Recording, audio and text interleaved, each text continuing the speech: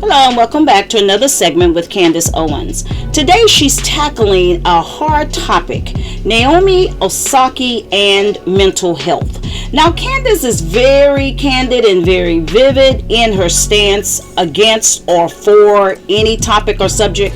So it's very interesting there again that she feels that people in Osaka's generation just isn't able to deal with stress. And she feels that Osaka giving press conferences after a tennis match should be a part of her job. Well, let's listen in to Candace, and at the end, let us know what you think. Topic that we're going to be talking about today is Naomi Osaka and mental health and the generation, I should say, her generation, and the topic of mental health and how it's playing out in the media. But before we get into that topic, I first want to say that I hope that we have people that genuinely think it is mentally stressful to have to stand for the flag. They think it's mentally stressful to have to speak to the press after a game.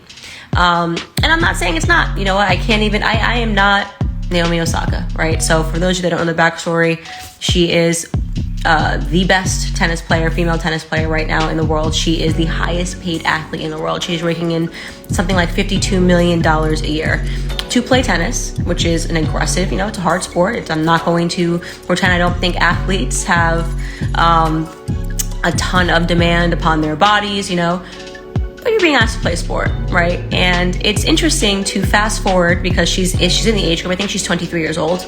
Of those soldiers that died, right? 3,000 soldiers didn't make it past D-Day. That would die on the beaches of Omaha in France. And it's just an average person and what they deem to be stressful. Our register for stress has dramatically just dropped, right? We're not able to deal with stress anymore. Like, this generation just can't deal with it. The concept of having to go out and die, don't even think about it, because right now it's just the concept of having to go out and talk to the press. Public speaking makes people feel mentally stressed. And some people might think, she's speaking about how it affects her health. We should honor that. But let's just backtrack here, because let's not forget what she actually did. First and foremost, she didn't just try to privately deal with this matter. She didn't say, you know what, I'm not feeling okay and I'm not going to deal with this matter. She tried to transform tennis, right? She's a 23-year-old girl. She's good at tennis and she thinks she's the best. And she's not a person that doesn't like press. She doesn't like bad press, right? When the press was on her during Black Lives Matter riots and she was wearing a BLM mask, she wanted attention. There's no other reason that you would wear a BLM mask during tennis finals unless you want attention. You wanted to draw attention to yourself and draw attention to your cause. You wanted to make something that has nothing to do with Black Lives Matter tennis, right? It has nothing to do with an organization. She knows nothing about the organization. Naomi Osaka cannot tell you where the money goes when you don't stop to Black Lives Matter. She has no idea that it's dark money. She has no idea the money is not going to Black communities, but she wears this because she wants people to pay attention to her. And now everybody wants to be Colin Kaepernick. Everybody wants to figure out how you can take something that everybody likes and ruin it and make it about a political message, right? So Naomi Osaka said, you know what? Everybody likes tennis.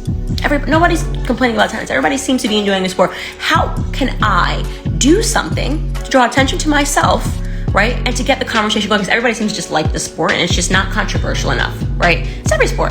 Basketball, LeBron James. Everyone seems to be really liking this basketball sport.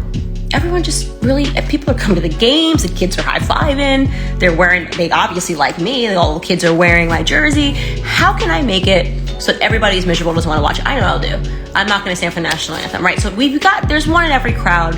I think right now we might be okay with the NHL, right?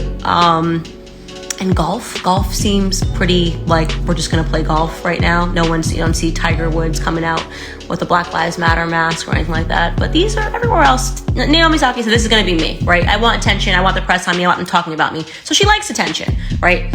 But recently decided that she's so good for the sport, she issued a bratty statement and she just said, you know what? I just decided I'm not going to be doing press conferences anymore because people need to understand that athletes have mental health and I can't do this anymore. And not only am I not going to do it, I'm going to accept the fine because I can afford it. And hopefully they'll take my fine, this money that I have, and just donate it to a mental health clinic because I'm not doing it anymore. Because this is now about me and we shouldn't have to do this. Now, what's wrong with that statement? And this kind of gets to, I guess, the moral of this live. For whatever reason, this younger generation that's coming up believes that whatever personal problem they have, everybody now has to join in on their problem. You know what I'm saying? It's not a personal problem. They universalize it. It's like, my name is Candace and I'm allergic to peanuts. And you know what that means? No more peanuts anywhere ever because I'm allergic. That's kind of their mentality. It's the height of narcissism, right? So this is not just depression. People can be depressed about anything. You never know what trips somebody into depression. This is about people that use mental health as a way to garner the most, the peak of narcissism, which is that I want the whole sport to no longer do press conferences because I don't like them. Now, obviously, tennis players come out, and this is why she's now stepped down from the finals, because it kind of blew up in her face. When tennis players came out, some said, and these are top tennis players, I actually like doing the press conferences. And others said, it's a part of the job. That's pretty crazy, right? It's a part of the job is kind of the best thing to say to this, because it's literally a part of her job. It's why she's raking in $50 million per year. Because they're asking her to play tennis and to show up at a press conference wearing whatever logo it is that's sponsoring her, take a few questions, right? That is why she is making $50 million a year as a 23-year-old, right? I would take that job any day. She's being asked to do her job. I can't imagine how selfish you have to be to believe that the entire sport should change to accommodate a personal struggle that you're going through. And that personal struggle, you say, is that you don't like giving press conferences. That's the struggle you're going through. I mean, we are just so privileged. I can't deal with how privileged. When you look at around right now, look at the people that are the most oppressed, right? LeBron James, $100 million a year. Naomi Osaka, $50 million a year. Meghan Markle, billionaire who had to become a multi-millionaire times a year, right? These are the people that keep getting in front of your face and talking to you about mental health. Prince Harry is doing a whole segment on mental health on Oprah, and we're supposed to feel bad for them. Their idea is they're being brave because they're speaking out about their mental health issues, and they need you to feel bad for them. They're not going overseas to die on foreign land. No, they're not. They're not being drafted to go die in the Middle East. No, they're being asked to play a sport.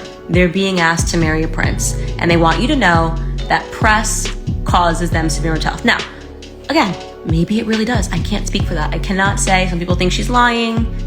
I can't say she's lying. Let's say it really does. She just hates public speaking so much that it throws her into a deep depression, and she cannot stay mentally healthy doing this. Don't play the sport. It's that simple. It is that simple. Stop ruining every sport. We're tired of it, okay? There are people that are hardworking who cannot figure out how they're going to pay their bills, and they don't get to go on TV and talk about their mental health and complain about not speaking to journalists, right? Or Meghan Markle, I'm not going to speak to journalists. I can't see journalists unless I want attention. Now we're going to do a series of Oprah. I hate press, but I love press. I love press when it's good press. I want press. I don't want press, but I want press when I want press, right? I'm not press right now because press is not nice to me. When press is nice to me, I want press. This is their mentality, right? It's selfish, it's narcissistic, and it needs to stop. I appreciate now that after getting, a lot of blowback, that Naomi Osaka said, you know what? I am just not going to play. Good. That's all it takes. You can go off now and you can be, if you want to and you hate press so much, you can actually just go be a tennis instructor. You can get paid to train athletes. You are not required to show up to any US Open, any open in the entire world. You can actually just opt out of it. That is called making a decision that the rest of the world does not have to be impacted by. Generation selfishness. Generation everybody has a mental struggle. Generation, but I need you to know about my mental struggle or it doesn't count, right? Again. Well, there you have it. Generation selfishness. Do you believe that a price tag of $50 million should be placed on mental health? Do you agree that Naomi Osaka is actually bartering mental health and kind of diminishing the validity of it? I don't know about you, but this is another one. Candace did it again. Let me know what you think. I'm very interested in this one. Until next time, y'all, we're out.